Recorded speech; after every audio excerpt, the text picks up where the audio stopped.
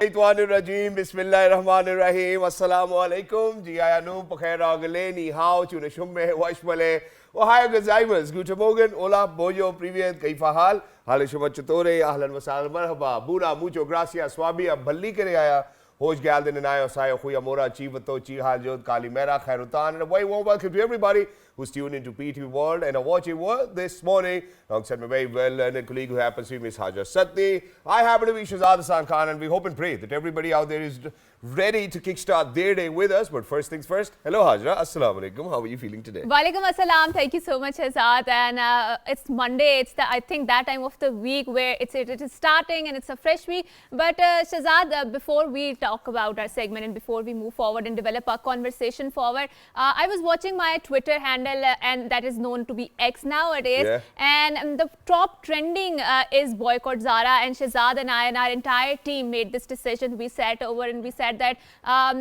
because Zara has been marketing the pain of Gaza, the genocide, and they had made some very despicable marketing campaign over the genocide that has been going on, and we made this decision that we are not going to broadcast their pictures. We do not want to give voice to the and visual representation to that despicable act that they just did. And I don't know where humanity is going. I don't know that marketing or the capital is so much important that you are so insensitive to the needs, to the suffering, to the pain, to the agony of the people. What are they going through, especially in the Gaza? And that is why we totally condemn what Zara is doing. And I think they also gave the apology. But I think the apology was intended to protect their market, to protect their customers, because there was a massive and a huge backlash against that stupid campaign over marketing their clothing. Hajar, this is something which I would love to pick up over here, and thank you so much that I'm glad, alhamdulillah, to my entire team that we actually kick-started from here onwards as well. Number one,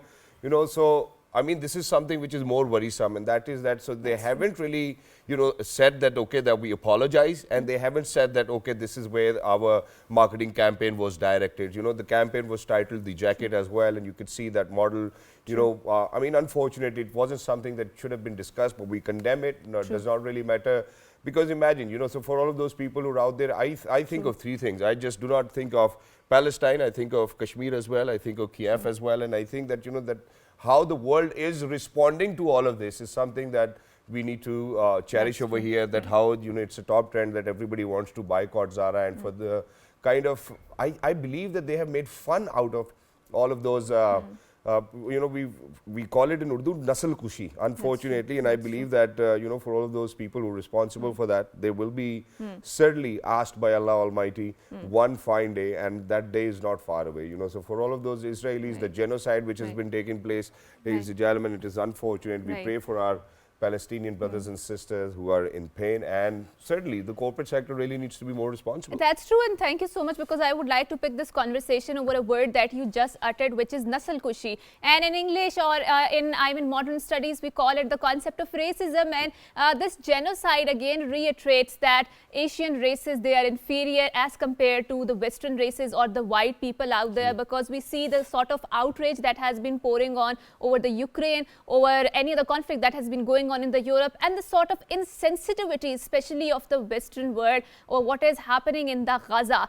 West is defending the indefensible there, right? How can you defend the genocide which has been going on? How can you defend the children that have been killed there, or the women that have been killed there, or the civilian population who have been displaced? And that has been going on, and we totally condemn that. And I think Zara should be ashamed of having this very disgusting campaign, because that model has also been, it has been picturized, she has been picturized as having that sort of coffin in her hand, which is wrapped in the white, what do you call it, the white cloth, right, as what happens especially in the Muslim households. So I think it's important, like Shahzad mentioned, that the corporate sector needs to be more responsible, more careful, and more sensitive to the needs of the society, and you should never market over the pain and the loss and the suffering. Exactly, and that's something which people need to learn. And while, we are speaking about the corporate sector as well, most of the times whenever we talk about or think about corporate sector, Hajar, the first thing which comes to our mind is a lot of money, right? That's true. But that's not how it is. Whenever we talk about shaping up a society,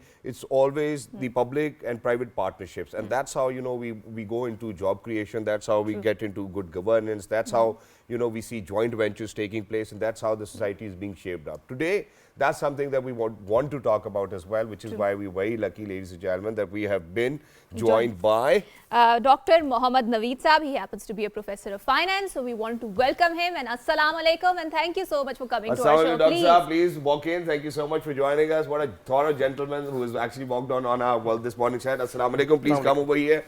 And this is a message for everybody out there. So there's a reason why I'm not shaking hands with our esteemed guests, and the reason happens to be because majority of the people over here in the country, because of the cold weather, are suffering from flu. It is requested once again to all of those viewers who are out there, if you have flu, please make sure that you do not shake hands with anyone. And with that, sir, thank you so much for joining us. How are you feeling today? I'm feeling much better with you. I would say once again, we are all set with a very passionate way where we have to engage the entire world. Exactly, and we will certainly do that, and to do that, we certainly have, a few questions lined up for you early in the morning. But before we get into that conversation, we have a few top stories to share with our viewers and you as well. So let's get started with that. Hajra, what do you have first? So today is 11th of December. It's Monday, Shahzad. So it also happens to be International Mountain Day, which is being observed today in all over the world, including Pakistan, with the aim at raising awareness to improve the conditions of the mountains and the populations which are living near the mountains and to maintain their natural environment. The United Nations General Assembly had adopted a resolution to observe International Mountain Day every year on 11th of December to recognize the importance of mountains. The theme of this year is restoring mountainous ecosystem, and 8 of the 16 highest mountain peaks in the world are in Pakistan, of course. There are 5 high snow peaks of 26,000 feet in Pakistan, and while the world has second highest peak, K2, and the 9th highest peak, Nanga Parbat, is also located in Pakistan. And I think I feel very passionate about it, especially coming from a background where I'm also a resident of a mountainous area. And definitely with the climate change and with the effects of the natural degradation or the environmental degradation that is going on, we can see that how much the indigenous population or the local communities that are the resident of those mountainous areas, they're vulnerable to that. We've seen last year that there were 12 incidents of the globes where there was a sudden lake outburst, especially in the mountainous areas, because they have lots of glaciers and the entire population were jeopardized because of these changes that are going on. Exactly, and imagine, what happens to the people who have been living there, who were born there, who were raised there. It's an entire ecosystem out there as well. So it's wonderful to kind of raise awareness about that, but it's my and your responsibility that we look after them. And not just that, I think there's one more thing that because I've taken a closer look at Nanga Parbat when I was visiting, it was right in front of me.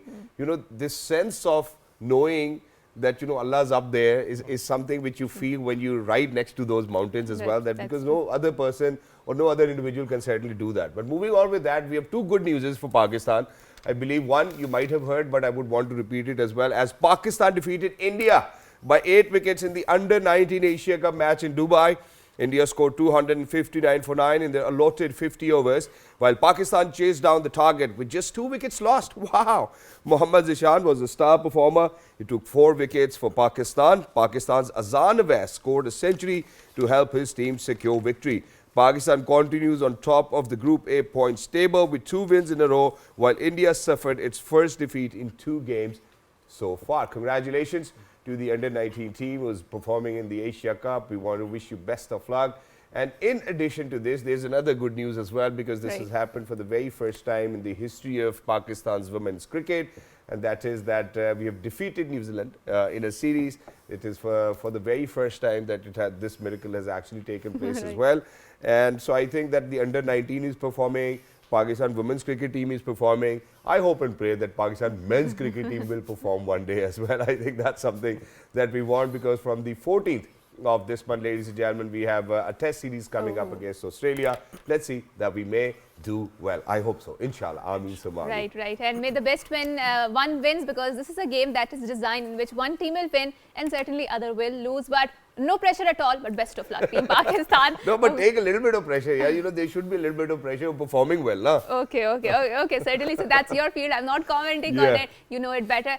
So now let's move forward and develop a conversation on how we want the private sector to act and more sensible and responsible to that, because like Shahzad and I were discussing, the first thing that comes into my mind or our mind when we talk about private sector is how they are geared towards generating money or profit. But obviously, there's lots of conversation, especially about how they need to be more socially grounded, especially in the social responsibilities, and they need to give back to the society, because this is the society was actually giving them in the first place, and that is why they're earning a lot of money. So Dr. Naveed, let's kind of roll out this conversation. So what sort of impact we want from the private sector, especially in the lieu of the conversations around climate change, about the corporate social responsibility, green jobs, and sustainability? I think firstly I would bring my the flight towards what is the role of the corporate sector that we want to see towards the orientation of the society, I would say. My sheer appreciations to you. I would say the PTV world, how we are going to cross our fingers about the gray areas of the society. I think this is one of the programs that we have experienced where we need to see the gray areas. They are not just bringing the eye towards what's happening with the global eye, but we have to see all the important aspects of the life where we have to speak high.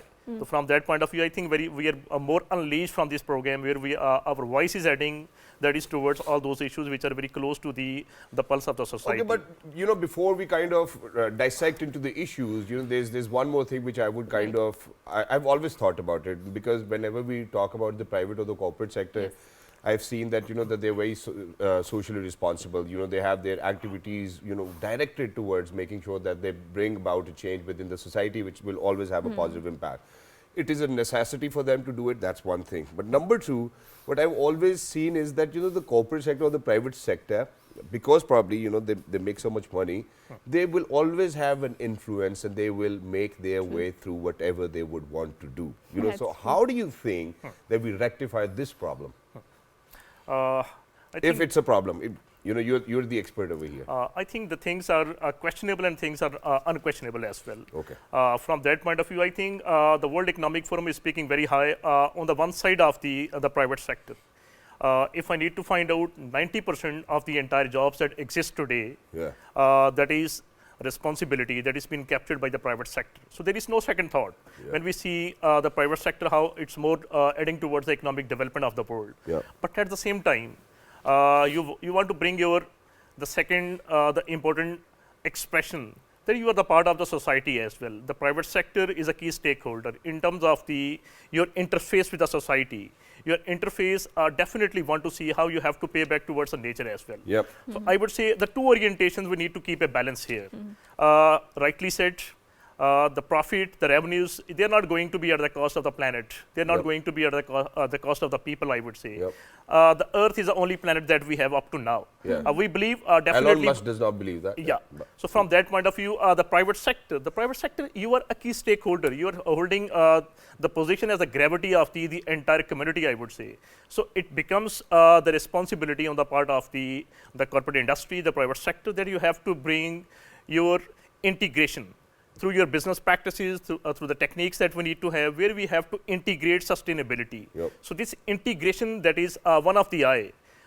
We need to call out the things that is moving towards the United Nations PRI. We speak high about the SDGs, everything that is coming with a very design application. So I think we have to accept, coming with the money orientation, coming with the orientation where we have to definitely give returns to the private equity. But at the same time, your society want to see that how we combat the climate change. But they even happen to be the highest taxpayers as well. Nah? So, this is something which we really need to kind of consider over here. That's debatable considering Pakistan, because I think less than 1% of the people pay taxes, and that too are the government officers whose salaries is already cut. But corporate sector or private sector or the industry, I think that they certainly cannot skip away from taxes anyways. I mean, let's save that debate for some other day. But they might have smarter solutions to that. Yes, let's save that debate some other day. But now move on to CSR, and I think Shahzad also alluded to the fact that there's a corporate social responsibility and the debate surrounding it, whether they are genuinely interested in giving back, or is it a marketing campaign where they want to recruit maybe more employees, or maybe they want to attract new customers because they want to appear as more socially responsible, and especially in a very competitive market where there's so many brands competing out there. So they want to create a brand personality where they want to appear more, socially responsible and whatnot. So obviously in Pakistani law, you have to to have, I think, 10% or 20% of your income generated towards the CSR activities. But again, is it really a CSR or is this a marketing gimmick? I think we have to see what's happening behind the intentions. The private sector definitely coming with the understanding that we have to bring the regulations are placed. Looking into these regulations, definitely on the part of the disclosures, I would say you have to disclose how investment is more impactful, how your financial decisions, how we have to see your business patterns, your business ideas that is been coming up with the sense of the CSR. Yep. So I think bringing the thought towards see what's happening with the intentions of the private sector, whether we are going to give the demonstration that is more towards the marketing, or whether we are more responsible towards our orientations towards the CSR. Right. I think it's one of the prisma. It's a debatable area. The entire world, scientifically speaking, high. But end of the day, we have to close the loop. Right. If we have to close the loop, so end of the day, we need to justify how we are going to capitalize the impact. If impact is lacking, we are putting more towards the orientation of the marketing. Definitely, we have to bring our outreach. We have to bring expansion of the playbook of the business as well. Yep. So marketing is an important aspect that's justified. But where is the loop is closed? If we are going to add impact, for instance, SDGs, 17 SDGs, they want to see the alignment. We have to bring the alignment, how a private sector is contributing towards to reduce the inequalities. Yep. Right now, according to the scientific research that we have, 400 million tons plastic that is being produced every year by the private sector. And believe me, more than 50% of this the plastic production that have a single use, it's not going for the recycling. So here it comes the responsibility of the private sector. True. That you have to think about the nature preservation. End of the day, you have to bring the protection of the wildlife as well. So True. Everything is associated.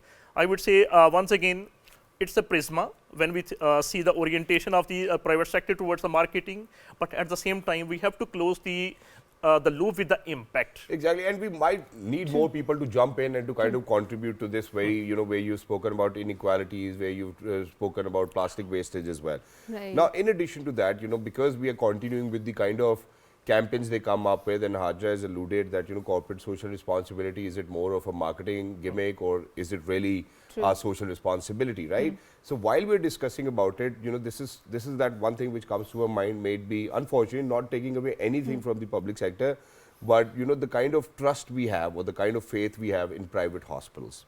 The restaurants we go to, the places we visit. So whatever is privately owned, we now believe as consumers that they have the best standards, right? Because you will never see any government institution marketing themselves or their products in a way where how the private sector does it. So do you think that we have been played by that marketing technique or that social responsibility while they were fulfilling? Because I still remember there was this fast food chain who came up with this campaign that you take something and then you will get something to plant a tree and whatnot, and it has been going on ever since. I do not really see that the number of trees have been growing up over here in Islamabad, unfortunately. But that campaign is still in my brain. Yeah. I would say we have to continue with the both advocacies. Okay. Shehzad, I would say you are putting more advocacy towards the I wanted to tell you that. I wanted to tell you that. But the Hajra, I need to find out. Hajra is coming with the realization of the private sector. Yeah. So from that point of view, I think 5-6 areas are very, very important. Go ahead. We call the public demonstration is lacking. Okay. So generally we need to find out it's the public activism. Public is a stakeholder in terms of the users, in terms of the investors, where we need to find out the campaign that is being demonstrated by the public. I think it would bring the responsibility towards the realization by the private sector as well. So then I need to find out in the starting what you said, the public-private partnership. Yep. So here I think we have to bring the significance of the community service, the different programs, the community service, the projects that is being initiated by the private sector, that is being initiated even by the schools, universities. So these community service programs, these projects, end of the day, they are giving activism. They want to bring a more responsibility that is coming towards the private sector. Okay. The 3 areas where I would say the world, especially in the developing economies, they are revamped. What is the theme of the TEDx today? TEDx is all about sustainability. Yep. That how we have to bring the integration of the sustainability and how we have to give a self-accountability towards the private sector as well. Then it comes the HP. HP is the hull price competition. Every year in the entire world, they are bringing different competitions that is coming with the different universities. You have to find out how the organizations, how the private sector that is more sustainable coming with the understanding of the impact investments. Yep. And finally, I would say what measures we are taking towards the governance. I would say this is one of the area that is directly associated with the custodian of the private sector. True. The custodian of the private sector, that is a corporate board. Here I would make directly responsible towards the SECP as well. Securities Exchange Commission of Pakistan, your State Bank, you have to bring a very close eye towards the regulations. Definitely boards, we believe they are more independent, but we need to find out the corporate boards, they have the balance of the orientation. If my board composition that comprises of 15 members and everyone is sitting with a financial background, so we have to bring more people, more minds which are socially motivated. Yep. So when we have the board, corporate governance that is that have the balance of the social motivation, social justice, and a financial justice. Here we can bring the balance where we have to execute the policies, the procedure and investment that adding impact, and we are going to measure this impact, and we can definitely realize that we are not just giving a disclosures for the marketing, and we are giving something that adding impact towards the protection of the stake of the entire society. Right, and now let's talk about the green jobs, because this is a buzzword that has been around for I think a decade or so, because as the world is realizing the dangers of climate change. But then again, when we talk about the corporate sector, when we talk about the private sector, it is geared towards the capital production, right? Money is what matters a lot. And then there was a COP28 conference in which there was lots of conversation regarding the transition away from the fossil fuel. So in the context of Pakistan, how much potential do you think is there in the green jobs, and do you think that it has a more viable and sustainable future, a good future, if someone wants to go into this particular arena of green jobs? I think it has become the mainstream. ESG, environmental, social governance, this is a mainstream. This is a mainstream that we have not only for the corporate industry, this is a mainstream of the education, this is a mainstream of the economic development as well. So the world has taken the new world that is, it is the green economy.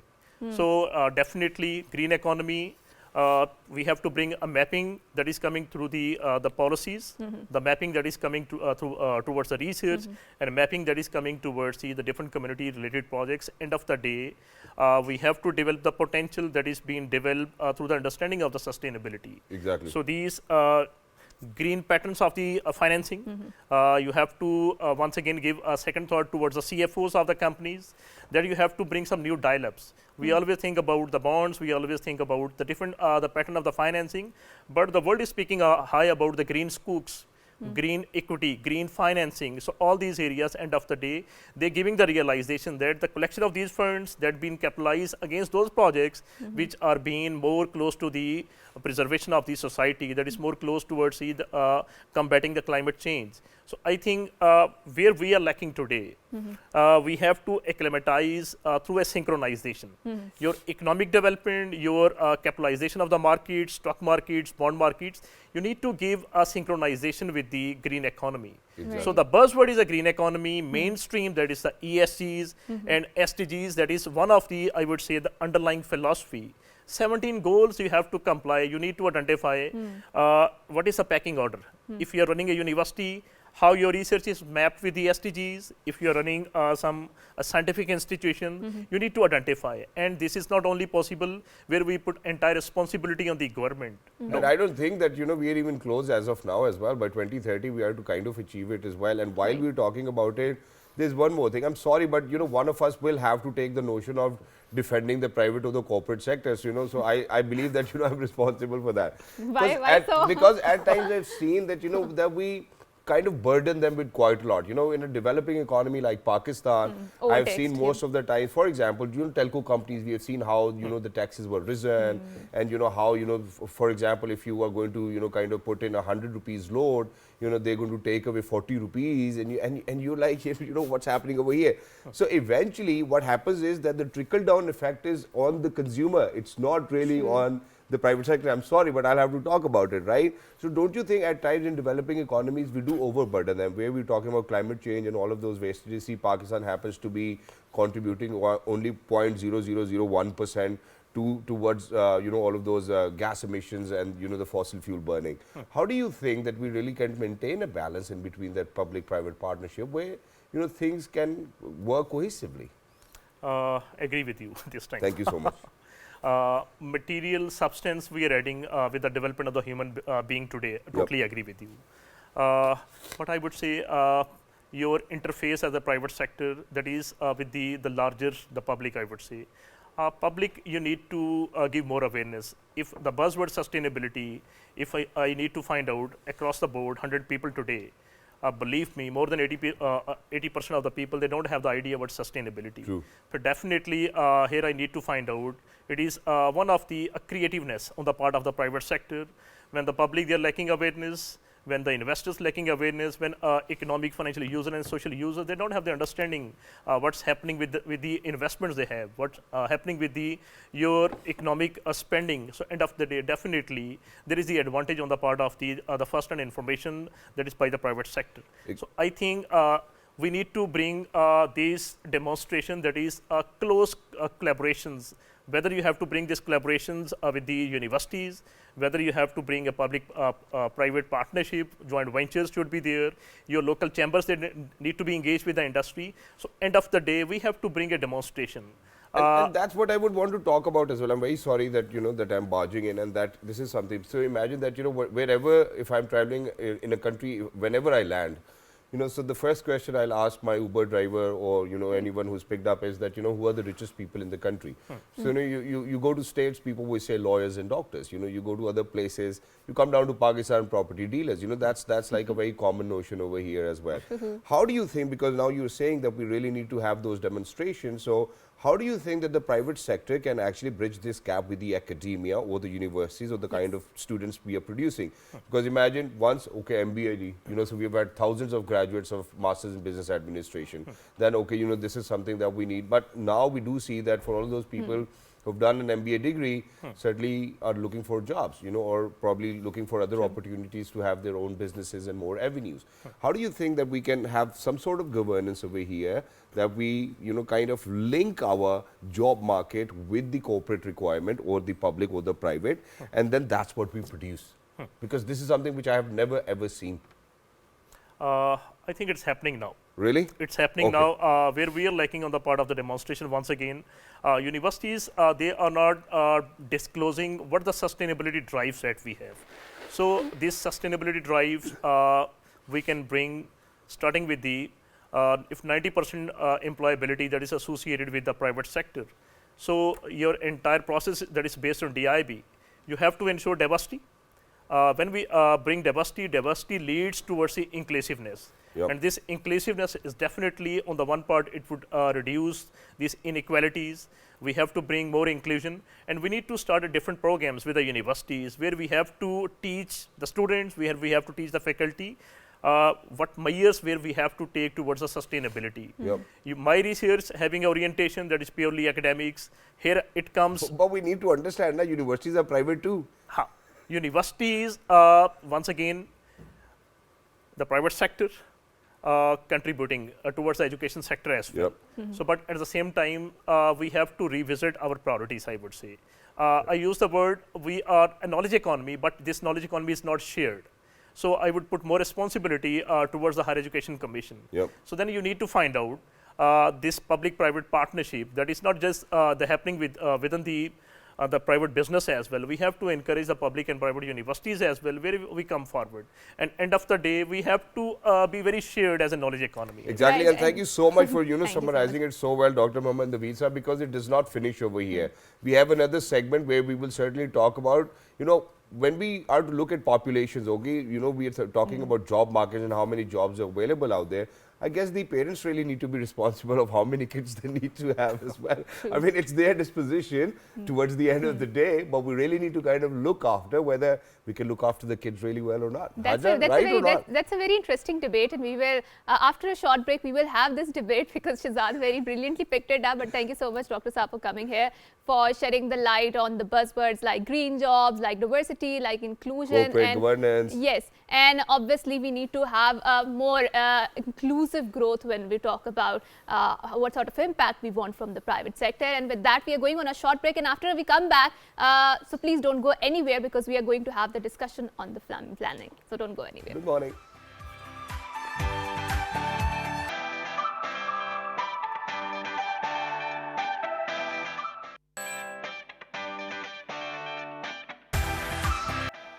Welcome back, and obviously before going on to the break, Shahzad already mentioned that we are going to talk about the family planning. And Shahzad, I remember especially on the PTV there was a very meaningful drama called Janjal Pura, and it was our favorite drama because I was not born at that time, but now after in the repeat I used to watch those dramas. They had a very meaningful conversation regarding the family planning, and I think it was the very first time that it sparked a conversation regarding this very, at that time, taboo subject, that how couples or how families, they need to consult the doctors before starting any family, or to have check up the maternal health and all the other family planning, other components of that. Exactly. Right? And Haja, in addition to that, for our non-Urdu speaking audiences, Janjal Pura actually means any household where there are a lot of kids as well.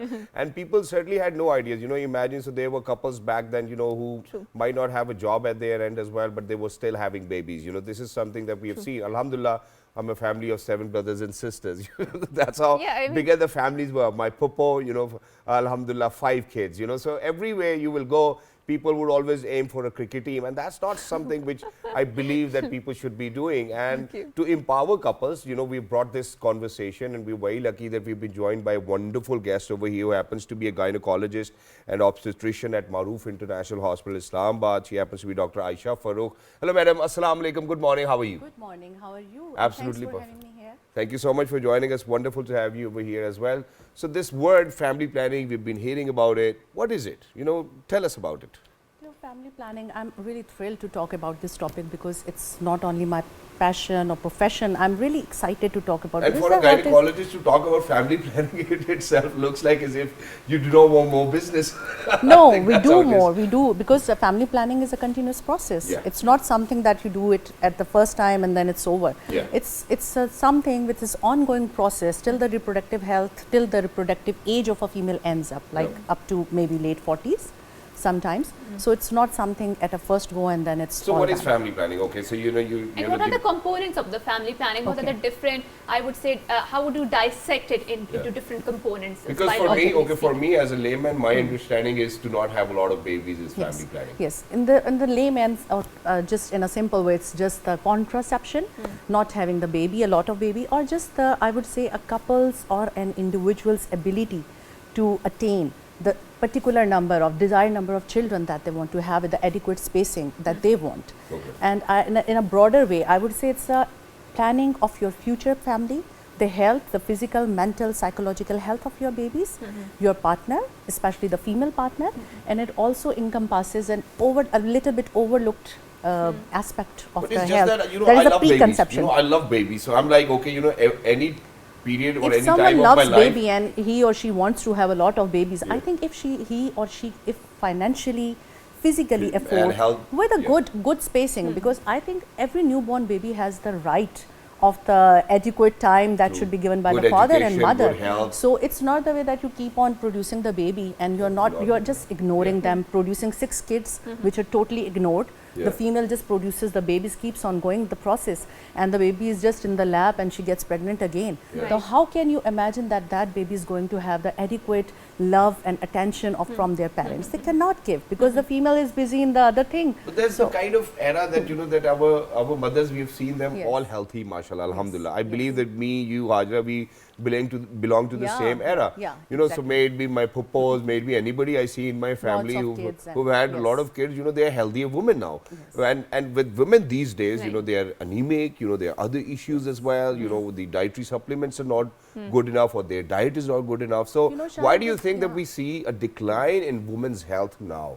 With the increasing inflation, increasing everything, you see, with the time the things keeps on changing. At those times when we were born, the families used to be a bigger number in kids.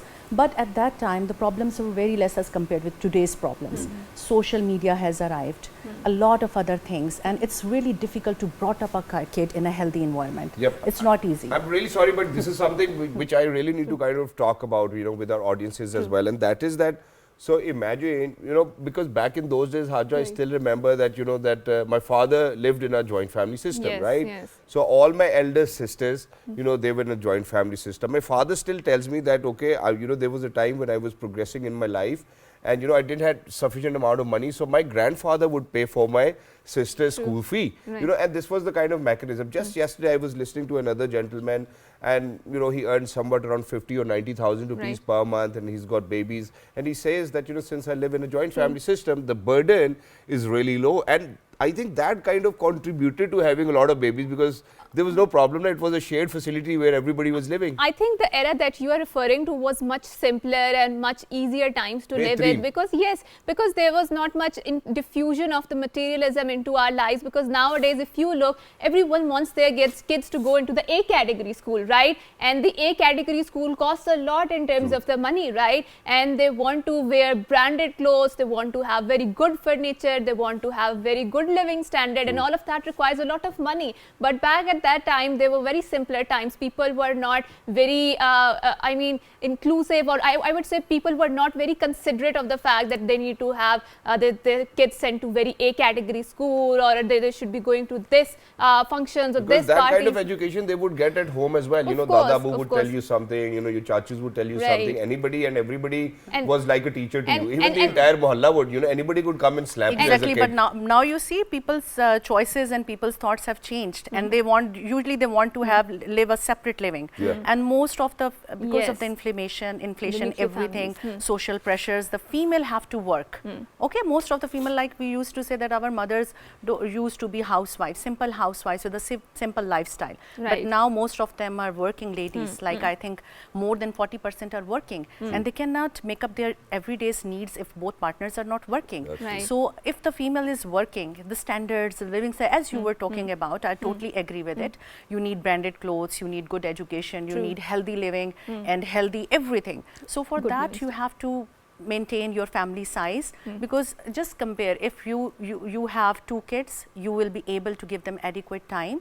You can be able to give them a healthier living, a better lifestyle, rather than having 6 kids. So if you can afford, you're physically, mentally, financially, everything is fine, and you can guarantee your kid, because as I told you in earlier that this is the right of a baby to have every children, to have full attention from their parents, and to get a perfect education, a perfect brought up. And if you cannot cannot compromise that, then you have to maintain a certain number of families. And Dr. Aisha, ideally, is it a case by case, I would say, explanation that you might have to give about how much time one needs to have between having the first child and the second child, ideally, especially considering nowadays that, like Shahzad mentioned, that the maternal health of the woman is not as great, or we are not the generation that are doing as fine physically as compared to our parents' generation or our grandparents' generation. And in addition to this, we have moved from normal deliveries to C-sections, and people are looking for their own comfort. So the natural process of it, we're avoiding it, unfortunately. Regarding this, I would say it's just a modern way of giving birth. You can opt for it. But then that does not allow you to have a lot of babies, even if you feel exactly. But there's a taboo. Most of the people say that doctors have done C-section unnecessarily, unjustified.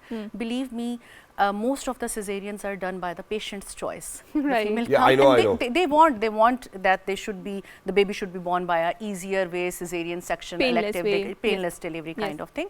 And if a female comes, I come across such females, they come and they say that I just want 2 babies and I want an elective birth, elective cesarean section. I don't want to go to the whole thing of labor and that trauma and everything. So yes, sometimes we have to do, if a patient do not want to go through, but we usually encourage normal birth. But would you say sometimes the doctors might have done it themselves as well? Because you have said, okay, most of the time it's the there are good and bad people in every profession. Thank you so much. Can't say that everyone is fine. Sometimes, like in every profession, I won't say that everyone is 100% okay, but most of them, I think I say that most of the doctors do very dedicated work, especially the gynecologists. Sometimes the people say that we have been through the labor for hours, and at the end the doctor said that it's going to be a cesarean. Because you people, the common laymen, they do not know the dynamics of labor. Sometimes we have to do the C-section at the end. Yes. And obviously with C-section, the family size will be limited, because you can't do cesareans more than 4, even third cesarean, fourth cesarean is going to be more complicated than the first one. Yeah. Right, Yes. right. So Dr. Aisha, now let's talk about the mental health aspect of it, because I think it's an important component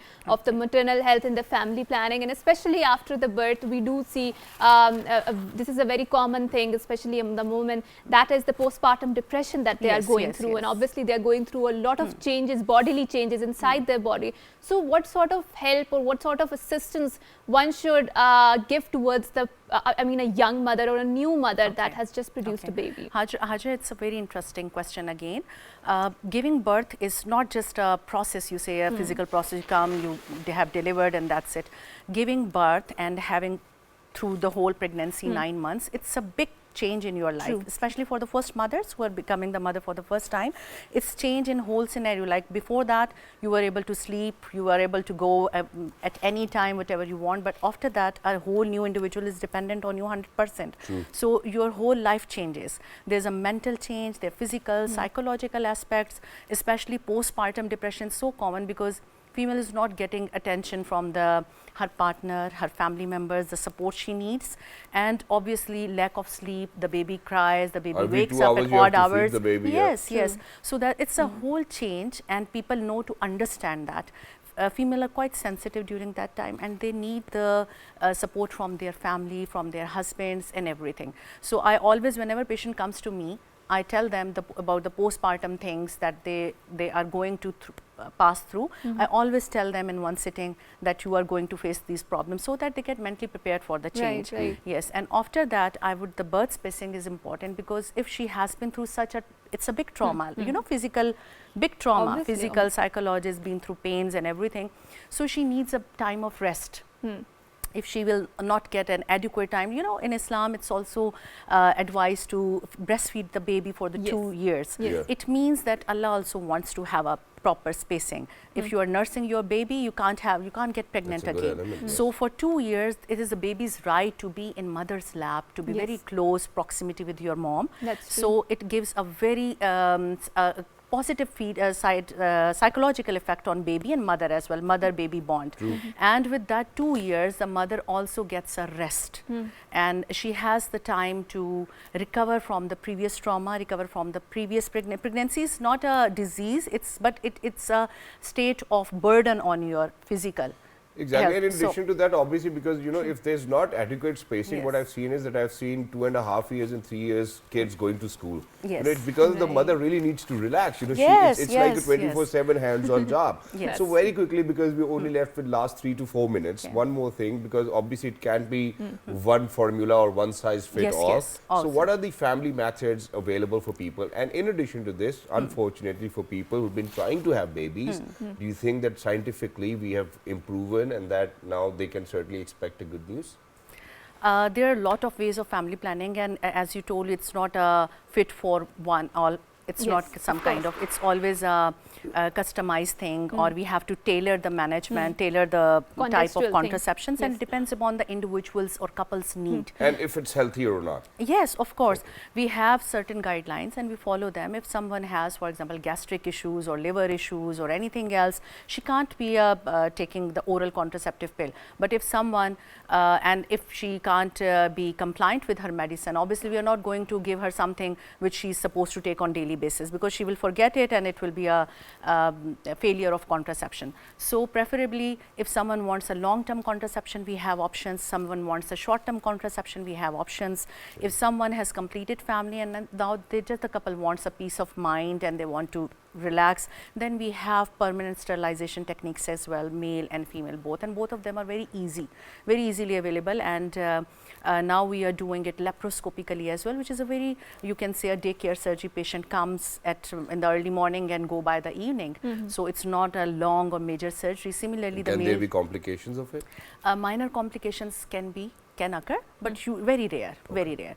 We make sure that she's a candidate for it, she's fit for the surgery, then we opt for them. Obviously, our duty is to give them the adequate knowledge and give them the choices. It's a patient's choice, but we just guide them to the better one. Thank you so much for saying that, because, you know, for all of those people who are watching us right now, you know, and are listening to Dr. Saib over here, it's not that we are recommending you to do or, you know, undergo such treatments. It is for the experts. You really need to go to the doctors themselves, discuss it out with them, and they will be the ones who will guide you. You know, it is for us to kind of just inform you that these are the available methods out there. And they have to come pre-conception, like before having first baby, they should consult a doctor, a gynecologist, so that she can tell you, she can guide you in a better way how to start the family in a better way to prevent the complications which are avoidable, which can be prevented. And very quickly, people or unfortunately couples who are not being able to have babies as of now, you know, what would you recommend for them?